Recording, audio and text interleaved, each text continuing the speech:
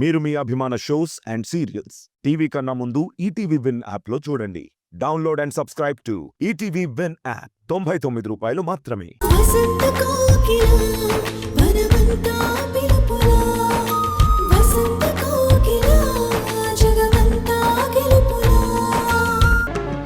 అది మీకు పెద్ద తేడాగా కనిపించడం లేదా? అలాంటప్పుడు 14 ఏళ్ళు నీ కూతురికి 10 ఏళ్ళు ఆపి అప్పుడు కృష్ణకుమార్కి ఇచ్చి పెళ్లి చెయ్యి. గొప్ప సంబంధం అని మీరే డబ్బులు కొడుతున్నారు కదా, మీకు వాడికి బాగా సెట్ అయిపోతుంది. ఛీ!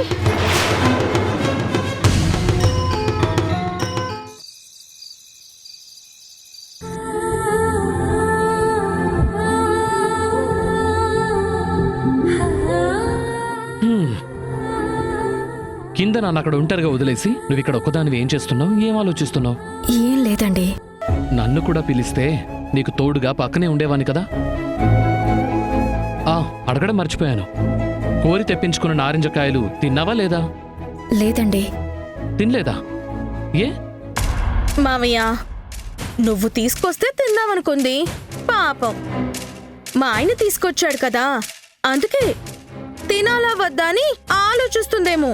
ఎవరు తెస్తే ఏంటి కావేరి, తినాలనుకున్నది ఇంటికొచ్చింది కదా, అంతేనా సంధ్య?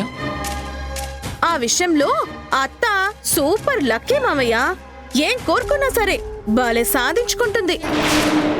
అత్త గురించి సరే గాని నువ్వింటి పనుల్లో సహాయం చేస్తున్నావా, లేక అలవాట్లో పొరపాటుగా పనులేమీ చేయనివ్వట్లేదా?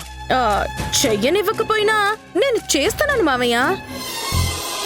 నిజం చెప్పాలంటే అత్తకి సాయం చేయడానికి నేను మా ఆయన పోటీలు పడుతున్నాం. కాకపోతే ఎప్పుడు ఆయనే గెలుస్తారనుకో. ఒక్క మాట అయితే నిజం కావేరి, నువ్వింట్లో తోడుగా ఉన్నావు కాబట్టి సంధ్యను వదిలి ఆఫీస్లో ప్రశాంతంగా వర్క్ చేసుకుంటున్నాను. లేదంటే నా మైండ్ పనిచేసేదే కాదు. సంధ్య ఎలా ఉందో ఏం చేస్తుందో అని గంటకు ఓసారి వీడియో కాల్ చేయాల్సి వచ్చేది. వీడియో కాల్ ఎందుకులే మామయ్య, హాల్లో సీసీ కెమెరా పెట్టించు. ఎప్పుడు కావాలంటే అప్పుడు అత్త ఏం చేస్తుందో ఎలా ఉంటుందో మొత్తం చూడొచ్చు. నువ్వింట్లో ఉండగా వేరే కెమెరాలు ఎందుకులే కావేరి. మీరండి, డిన్నర్ చేద్దురు. పద. మామయ్య, అత్తంటే నీకు చాలా ఇష్టం కదా? ఇష్టం కాదు, ప్రాణం. అందుకే కదా ప్రేమించి పెళ్లి చేసుకున్నా. మా పెళ్లి నువ్వు అనుకున్నంత సింపుల్గా జరగలేదు. ఎన్నో కుట్రలు కుతంత్రాలు చేసి ఒప్పించి మరీ సంధ్య మెడలో తాళి కట్టాను. అంటే అత్తకి నిన్ను పెళ్లి చేసుకోవడం ఇష్టం లేదా? ఇష్టం అంటే అప్పట్లో తనున్న పరిస్థితులకి పెళ్లి మీద అంత ఇంట్రెస్ట్ లేదు. అందుకే నేను కొంచెం కష్టపడాల్సి వచ్చింది. మామయ్య కూర్చో. ఇలా బిట్లు బిట్లుగా కాదు కానీ మీ ప్రేమ కదా, పెళ్లి కదా, దానికి ముందు మీరిద్దరూ పడిన శ్రమ పూర్తిగా చెప్పు మామయ్య, వినాలనుంది. సడన్ గా ఏమైంది నీకు? మా కథ గురించి ఎందుకు ఇంత ఇంట్రెస్ట్ వచ్చింది? అంటే నాకు చిన్నప్పటి నుంచి లవ్ స్టోరీలు వినడం అంటే చాలా ఇష్టం. అందులోనూ నీ ప్రేమలో కష్టాలున్నాయంటున్నావు కదా, అవేంటో తెలుసుకుందామని. సూర్య నీకేం చెప్పలేదా?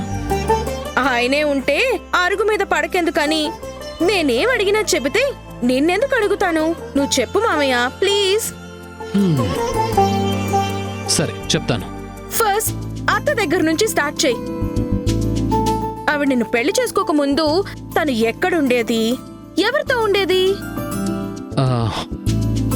యాక్చువల్గా మీ అత్తకి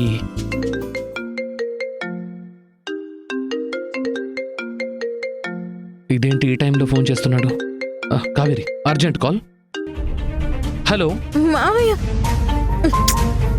ఈ ఫోన్లు ఎవడు కనిపెట్టాడో గాని ప్రతి పనికి అడ్డంగా తయారవుతున్నాయి. ఆవిడ గారి మొదటి భర్త ఎవరో తెలుసుకుందాం అనుకుంటే చాలు ఫోన్లు వస్తూనే ఉన్నాయి, పక్కకి వెళ్తున్నారు. అయినా సరే పట్టు వదలని విక్రమార్కుళ్ళ ఆవిడ గారి మొదటి మొగుడు ఎవరో కనిపెట్టాలి. కనిపెడతాను.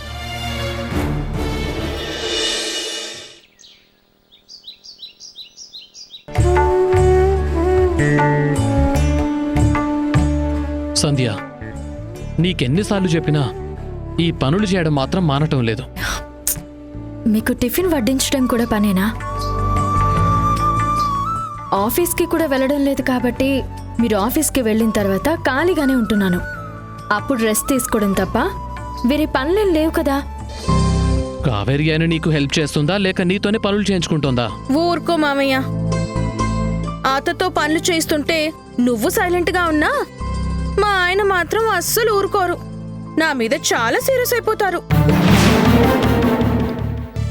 ఈ మాట అయితే నిజమే. సంధ్య గురించి ఒక ఫ్రెండ్లా చాలా కేర్ తీసుకుంటున్నాడు. అంతకు మించి మామయ్య.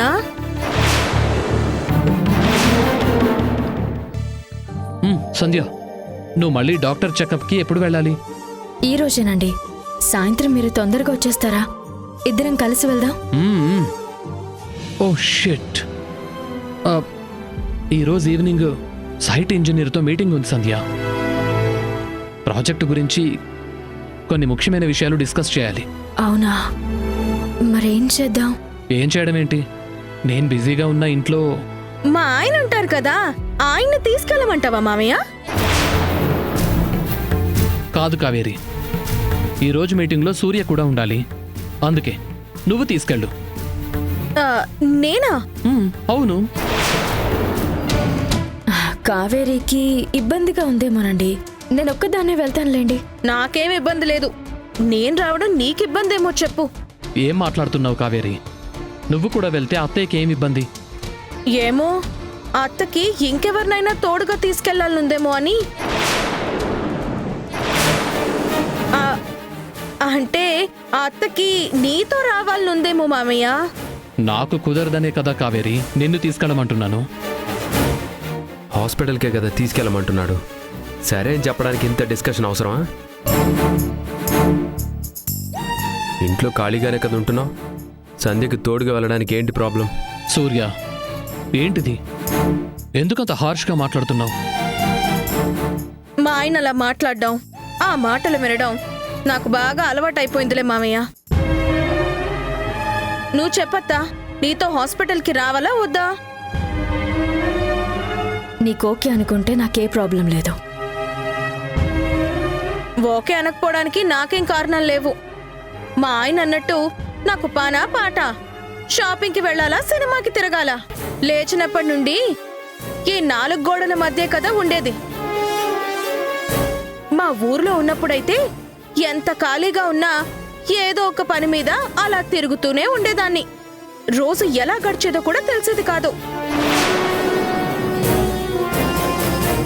కానీ ఇప్పుడు బోర్ కొడుతూ ప్రతి క్షణం లెక్క పెట్టుకోవాల్సి వస్తుంది. కావేరి, నీకు అంతగా బోర్ కొడుతుంటే నా సైడ్కి వచ్చేయ్. అమ్మో, మీ సైట్కా? అక్కడ దుమ్ము, సిమెంటు, ఇసుక అవంటే నాకు చాలా ఎలర్జీ. దానికన్నా ఇంట్లో టీవీనో ఫోనో చూస్తూ ఉండడం బెటర్. సరే, నీ ఇష్టం.